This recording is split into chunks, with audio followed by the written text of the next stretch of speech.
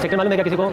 जैसे सेंटर यहाँ पे हुआ और इधर भी रेडियस और इधर भी रेडियस बना दी, जैसे ये ओ है, ये ए है, ये बी है, दो रेडियस और आर के बीच में जो रीजन बनता है वही सेक्टर कहलाता है। क्या सबको समझ में आया? तो सेक्टर कितने तक हो गया? 3 कि 4? कौन कौन? जो छोटा वाला बनेगा उसको माइनर सेक्टर कहा जाएगा। अच्छा, सेक्टर का नाम लिखना है। जैसे ऐसा फिगर बना हुआ है, इसको बोलते हैं हम लोग ट्रायंगल एबीसी।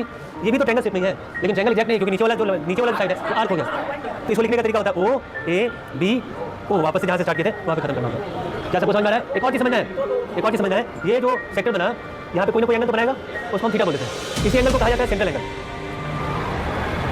और एरिया ऑफ सेक्टर का लिखा हो, इसका फॉर्मूला होता है थीटा बाई 360 इनटू में पाई आर स्क्वायर। एक और चीज़ समझना, जैसे हम लोग सर्कल का एरिया क्या बोलते हैं? पाई आर स्क्वायर। सर्कल मतलब पूरा कंप्लीट ऐसे घूम जाते हैं हम लोग, तो कितना डिग्री हो जाता है? 360। जब यहाँ पे 360 रखा जाएगा तो पूरा पूरा कितना हो जाएगा? इसलिए सर्कल का एरिया पाई आर स्क्वायर होगा। और सर्कल के कुछ हिस्से का एरिया निकालना है, तो जितना वो हिस्सा जितना एंगल बनाएगा सेंटर पे, सिर्फ उसी एंगल को लिखना है।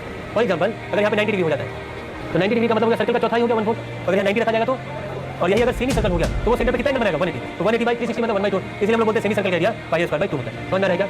सेक्टर का एरिया कितना हो गया? Theta by 360 pi r square. एक और चीज़ समझना है, इसको बोलते हैं आर्क। इसको एल से भी रिप्रेजेंट किया जाता है। अगर हमको आर्क का लंबाई निकालना है, लिख देते हैं यहाँ पे लेंथ ऑफ आर्क, जिसको कि हम लोग ए बी आर्क ऐसे भी लिख सकते हैं, जिसको कि हम लोग एल भी बोल सकते हैं। अच्छा, इसको क्या बोला जाता है? इस लंबाई को सर्कमफ्रेंस का फॉर्मूला क्या होता है? 2 पाई आर। और हमको पूरा लेंथ नहीं निकाल के कुछ हिस्सा निकालना है, तो हमको चेक करना है कि वो हिस्सा सेंटर पे कितना एंगल बनाया है। थीटा, उसका फॉर्मूला हो जाएगा थीटा बाई 360 इनटू में 2 पाई आर। क्या समझ में आ गया सबको?